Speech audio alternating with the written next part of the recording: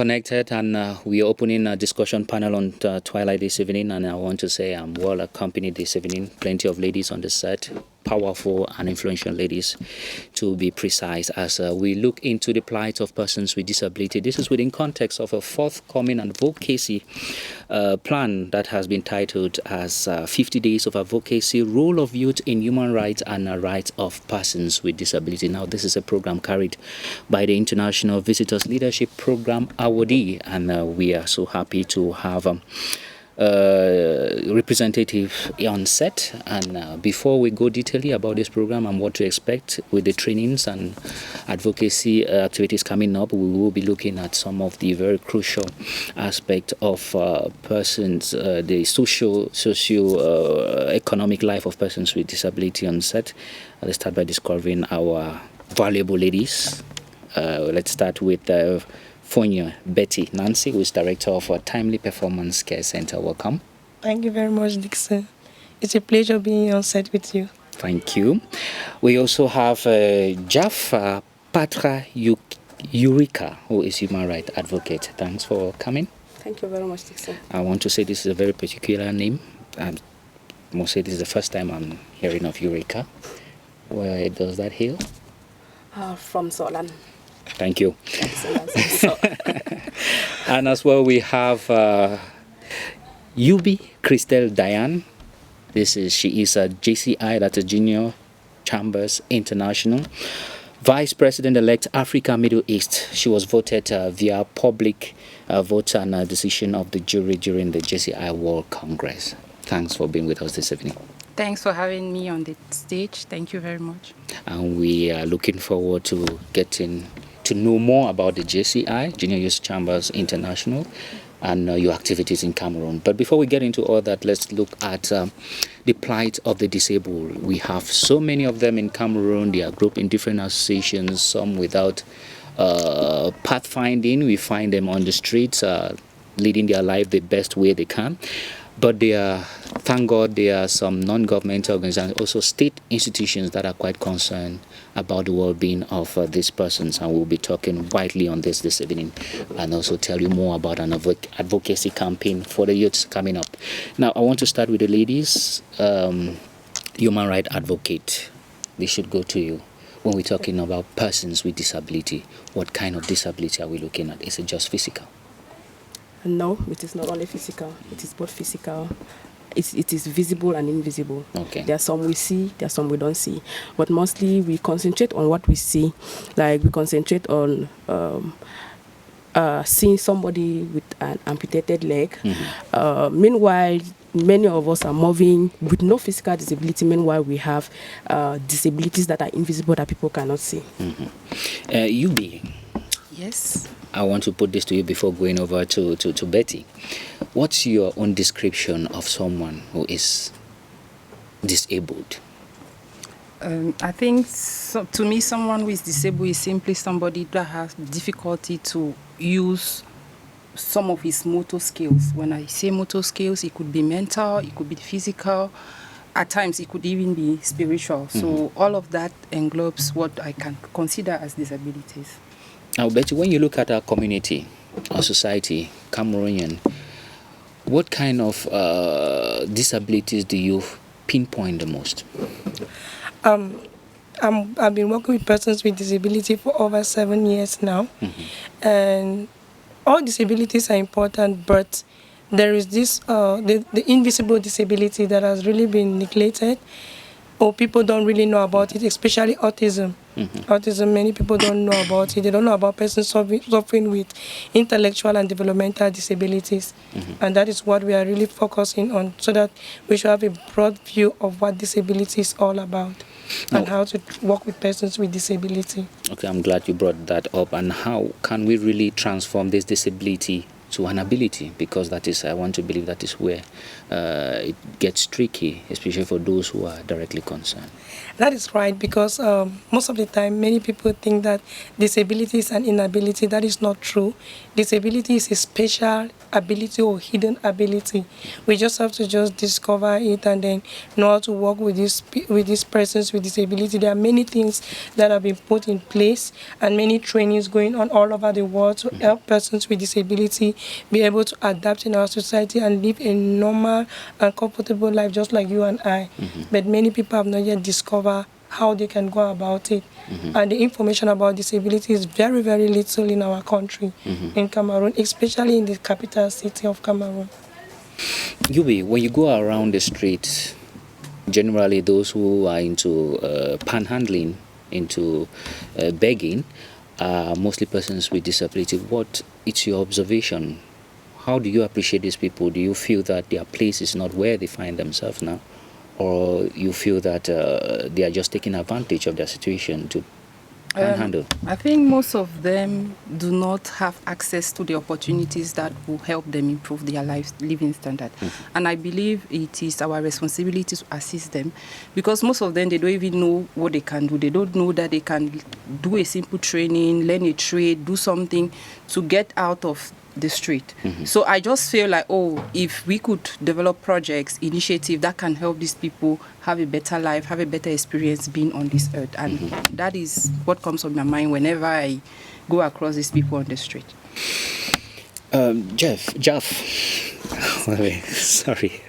Jeff, now, looking at some of the policies in place in favor of persons with disability, where actually can we say they have more advantage, that they are ignorant, especially to them?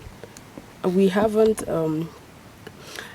gotten a very good number of persons living with disabilities who are aware that there are policies laid out for them, like acquiring a card. Okay. There's a card that the government has put in place for all of them to acquire, where they can get some percentages of some get access to some facilities like hospital bills and other housing facilities and all of those things.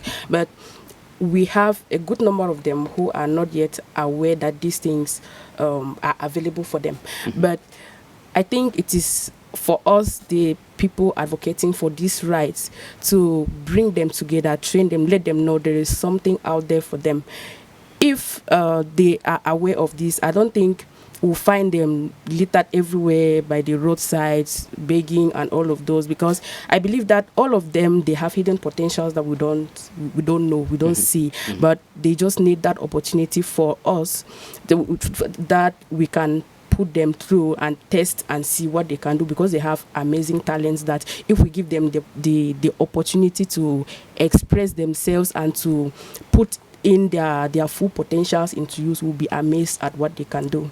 So I think it's just the fact that they are not aware of the policies put in place. Now, Betty, when you look at some of these physically challenged persons with skills, do you feel that the society actually trusts them enough to give them that opportunity to emerge? That is why we are carrying out the 50 days advocacy role of youth in human rights and rights of persons with disability, because first of all, disability is a stigma in our country. And when you hear that somebody has a disability, or when somebody is being told that they have a disability, that stigma already placed in place that they cannot do certain things again. But they don't know that there are many things that can be done to help them. You see, for instance, we want persons with disability to be socially included in our communities. Like for the physically disabled persons, we don't have lifters that can help them climb to buildings. Then maybe that makes them limited to jobs offer. Then we don't have the road access. It's not really good for them, for persons with visual impairment to move. And many people don't even want to associate with persons with disability to even assist them get to where they want to go to. And I've worked with a good number of young youth with disabilities that are already well educated. Some have even finished from big institutions, but they don't have jobs because they are not ready to employ them because the environment does not welcome. The environment is not welcoming. It's not favorable to persons with physical disability. So, and that is why we are calling that people can help, maybe in structures like churches, in companies, they can start thinking of persons with disabilities. Now, you being, the JCI International has one of its as mission to provide development opportunities that empower young people to create positive change. How inclusive is this for persons with disability? So at JCI, not only we run projects to support people with various disabilities, but we include them into the leadership of the organization because we want to show the world that a disability is not a limit. It's an opportunity to build on. So at the international level, we have a friend from Morocco. Her name is Sarah Mala. She was part of the international board. Okay. And despite her disabilities, was able to serve at that leadership position and even get awards. So JCI is very open and inclusive, and we work whenever we are in a community. If we have somebody that has a disability, we include a person. We give him opportunities that are fit with his physical or mental status, and we help him develop his confidence through the training that we offer to our members. And also we even give them privilege in terms of the facility that we provide, in terms of the support that we give them as member of the organization. So JCI is very open and very inclusive when it comes to people with various disabilities. Now, Betty, maybe you tell us more about this advocacy campaign, this program that has been opened. I learned there will be a training. Oh, there's already a training. All right. Yeah, we had it's a 3 months program, and we started in September. The first month was training to make people know about their rights. First of all, because when you involve youth in many programs, if they are not involved or if they are not trained on what is expected of them, some of them will put their emotions in front, and they might end up getting victims or being victims of trouble or crime. So we had to train them to understand their rights and also to understand the rights of persons with disabilities. And after the training was done, they went to the community for 1 month, and Jab Patra was one of them. They visited the market, the schools, the community to talk about the rights of persons with disability. And many people were not aware, especially about intellectual and developmental disabilities. And we still see that despite the laws that have been put in place for persons with disability, and Cameroon is currently following the 2010 the inclusive law for persons with disabilities, many people are still not aware about it. And we are at the 3rd month of this program, and we went on social media. It's a non-governmental organization. We don't want we just need everybody to be involved because disability is affecting you, it's affecting me, it's affecting the whole community. And if we don't start raising our voice, because this is a problem that is affecting our nation. We focus on war, we focus on other things. Meanwhile, persons with disabilities are also there. And a nation cannot develop if persons with disabilities are not being considered. And people's mindset cannot change if the mindset of persons towards persons with disabilities are not being changed. And how do we do that? Our nation has a population of youths, and that is where we have to get in place, because we might be seeing, for example, Jav Eureka today, and tomorrow she's an owner of a big organization. And if she does not have in mind of employing persons with disability, what will become of our nation?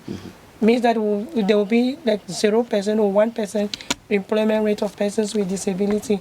What will become of the 99% of persons with disability? That is our focus. Everybody needs to be involved in advocating for the rights of persons with disability. Yeah, I love the fact that you brought up the aspect of involvement of everyone into this advocacy campaign. But now, do you feel that the persons concerned themselves are quite aware of the need for their voices to be heard? Yeah, the persons concerned, most of them, they have been doing it. We have programs that are running everywhere on social media, on televisions, concerning persons with disability. And you know what happens? It's not socially included. They only bring them. Persons with disability, they come and talk about their problems, cry about their problems. Who is hearing about their problem? Nobody is hearing about their problems. But when we do a program where everybody is involved, that's when they'll be able to express themselves. We had so many of them that attended the program. 355 youths were trained, and we have over 70 youths with that are persons with disabilities that came up to share their experience. I had to talk with some one-on-one and how they have been speaking. They have been talking about their rights, but little is being taken into consideration about it. You hear somebody fighting for 20 years about it, but we've never heard about it. But now with such programs like this, it gives them the room to talk to people that are being considered valid, that are being considered valid, to express themselves. And many people were really touched that, and some people really started confessing that I didn't know that this was affecting persons with disability a great deal like this. So it has really helped. It's like a bridged gap between the valid and the invalid people, so that they can be able to share their experience and see the way they can help one another.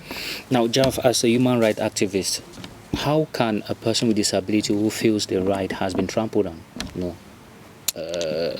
voice out? There are avenues where they can take this to. Their social welfare is one of them, and that one is it is very very common. It is widely known and mostly known by many people. That's one we have in Cameroon, that when you see somebody, when you want to talk, that's the first they know. So this is where they can table their issues. This way they can go to, and they can also get to people like Betty. Like if they get to the center and they see her, she can pick it from there, because sometimes they feel like they will not listen to them. If they are the only ones going forward, they will not get to them. So they need to get connected to people who can, advocates who can fight for them, who can take care of their situations. Like in a situation where someone with a special need is being raped, talking about it, maybe in the quarters, they will just say, oh, it's a lie, or they may not take it serious or something. But if somebody steps in, somebody who is an advocate, who knows that, okay, this is not right, because they might be complaining to people who are really ignorant about it. They might be talking to people who are like, oh, we don't consider that, we don't even know where to go to. But if they get to attend programs and they know that, okay, if I get to this kind of problem, if I'm afraid my voice will not be heard, I can get to this person who can pick up the case and run with it for me and get to the root of the problem. So social welfare is one. Then secondly, you have to, if you cannot get there, if you see that there's some kind of gap, there are people around you can get to, that can get to the root of the matter. But now we have concerned organizations that focus their activities mainly in urban areas. But when you move to the rural areas, you find a huge number of persons with disability. How do we get to them? Getting to these people is going to be through programs, trainings, because now in rural areas, the situations there they are really worst. They lock them in rooms. Some say they take them to the riversides, let them drown, or let the water carries them away or something. So here we need to get to the community trainings, let them know these people are, they are just like, they are normal human beings, just that they have special needs. They just need to be treated the way other people are being treated. Now, in situations where some are being locked in a room by parents and siblings, they only send food through the door or window or something. This can go by starting from the family, training the family, because you cannot go and start saying, you have to give me that child in the room, or that man or that woman in the room. You have to go gradually, because we can go to a community for a training, and you realize that there are a lot of people in communities who don't take their children to school, they don't take them out to churches, they don't take them to any social gathering. So we need to start with training. Talking to parents, how to treat them. Some say they are violent. Sometimes they are violent because the way we treat them is not really fair. We beat them, so tie them up, and they just call all of those people, they are mad. They haven't gotten the education to know the kind of disability their loved ones are having. That's one problem too. They don't know which of the problems they are having. And getting to the root of this, we really need to get through training, let them know what to do, how to treat them, and how to get there. From there now, we can know how to solve the problem of people living with disabilities in communities. Now, Yubi, have you ever in one point in your life think that a disability can come about by spiritual means? Yes, of course. I'm African, so do you believe? I do believe. I believe in God, but I also accept that there are other things that could happen, and this has been real in our communities. And I think that it can happen spiritually. Somebody can be disabled. All right. All right. Now, I think we should talk a little about Junior Chamber International. It's focusing on the World Congress, where you were elected Vice President, Africa and Middle East. Tell us more about this Congress. How did you see it? Was it tense for you? So it was a learning experience. It was tense. It was engaging, and I think it transformed me because the Congress did not just start in November. As candidate, we started back in May in Victoria Falls in Zimbabwe, where our candidacy were accepted. We accepted to run as candidate for this position. Then after that, we had to go through online training, and we had to answer thorough questions put out there by the JCI Secretariat to make sure that we understood what was the mission and were all ready to take the leadership of the organization. Then came the interview session at the Congress. We had interviews with past leadership of the organization who had to make sure that we are capable to lead the organization and help the national organization around us to grow and to accomplish the JCI mission. So the JCI Congress was really a learning experience for me. I really got transformed through all the process, and also I had the opportunity to have fun because every day at the Congress there is a party, so you need to mix. Very important aspect. Mix in between the learning process, the election process, and trying to have fun throughout this process. Now, tell us a bit about your mission, especially in Cameroon, and who can be part of JCI?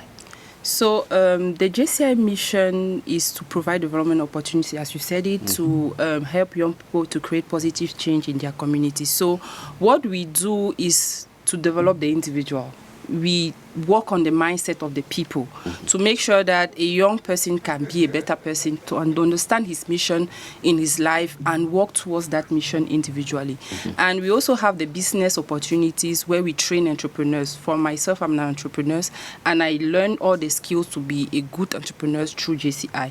The third level is community, where we give back to our community because we believe that service to humanity is the best work of life. Okay. When you have developed yourself, you have developed a business that can help you get revenue, you need to go back and assist the other people in your community. And the last level of opportunities, and that is why I'm now vice president, is the international level, where we are able to network at the international level and also travel around the world to pass the JCI message to the young people. Now, I want to also see here that you have a series of clubs across different school milieux. So I want to cite the university. And now, I don't have the impression that you're communicating enough, because when you look at some of these gatherings, especially I'm taking example from our time, very few people knew about the JCI. And when you get there, the modalities of enrollment were not at our level, I want to put it that way. Who can be a member of the JCI? What special skill do you need or achievement do you need to be a member of that gathering? So to be a member of JCI, you need to be between 18 and 40 years old. A young person between 18 and 40 years old. That's all you require to become a member. Right. Then I will not say that the membership dues is expensive, because when you get into the organization, you get to know how to generate revenue. Okay. Because if you are a young person and you don't have the means, you need to learn how to network, to have the elder people help you pay your dues. All what they need from you is to see that you want to do something, you want to change your life, you want to impact the people around you.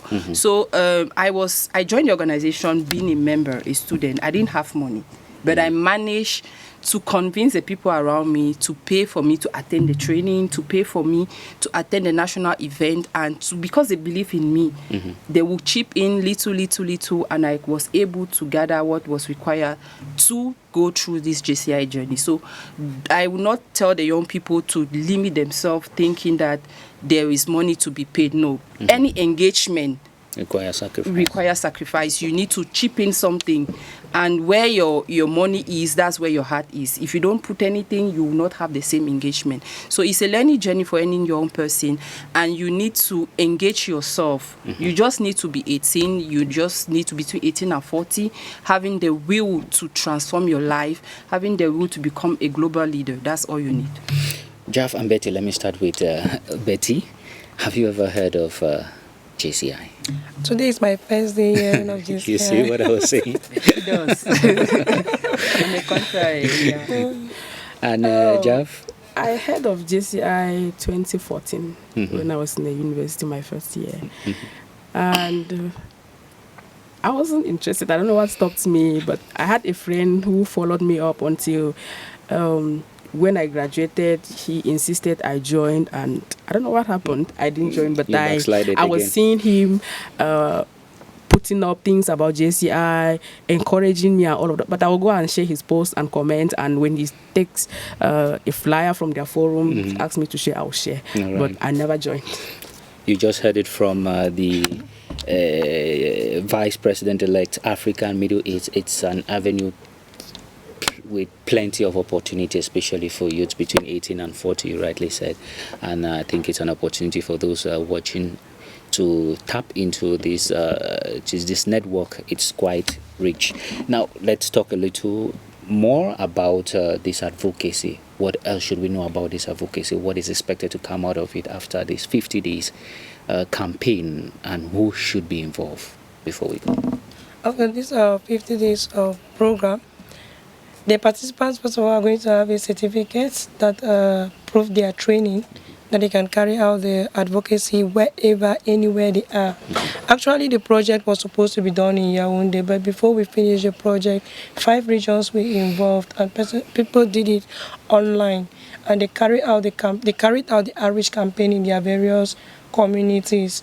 So anybody, as far as you have the passion for persons with disability, as far as you have the passion for humanity, you can join, you can be part of it. The project is ending on Thursday, the 30th, but it is not ending in our country. Okay. Persons can continue being involved in advocacy role, raising awareness on the rights of persons with disabilities. Because all we want is to have a nation where everybody is socially included, where there's inclusion in every level of life. Because persons with disabilities, especially, I'll still go back, those with intellectual and developmental disability are super intelligent. I'm working with children. I'm working with children with disability, especially children with autism. What those children do, it's rare to see it with, in quotes, normal children. They are so talented, and when I look at them, I'm picturing our nation in the next 15 to 20 years, getting these children involved. Cameroon will be like the talk of the world too, with developing children with disabilities. They are so intelligent. So we want everybody to be involved in this advocacy. Wherever you are, just get involved. If you don't know what to do, at least I know a little bit of training that I can also have to pass, because I believe that knowledge is not knowing all. It's just being able to impact people with the little that you've learned. And that is what I'm doing. I don't know anything, and I don't have that network. I'm just passionate about what I'm doing. And maybe with JCI, I'll be able to reach the entire nation, Cameroon. To be able to reach the entire nation, Cameroon, because I just love to be a human rights activist, and I'm so passionate about it. All right. Impacting persons with disabilities. Jaffa Eureka Patra, I got that right this time, human rights activist. Thank you for answering our call this evening. And Funyoy Betty Nancy, Director of Timely Performance and Care Center. Thank you for coming. And also UB Christel Diane, JCI International Vice President-elect Africa and Middle East, voted during the recent JCI World Congress. Thank you for being with us. My pleasure. All right, we're going to take a break. In a short while, you will be in the company of Gaël Avebeu for the news update in the French language. Don't go anywhere.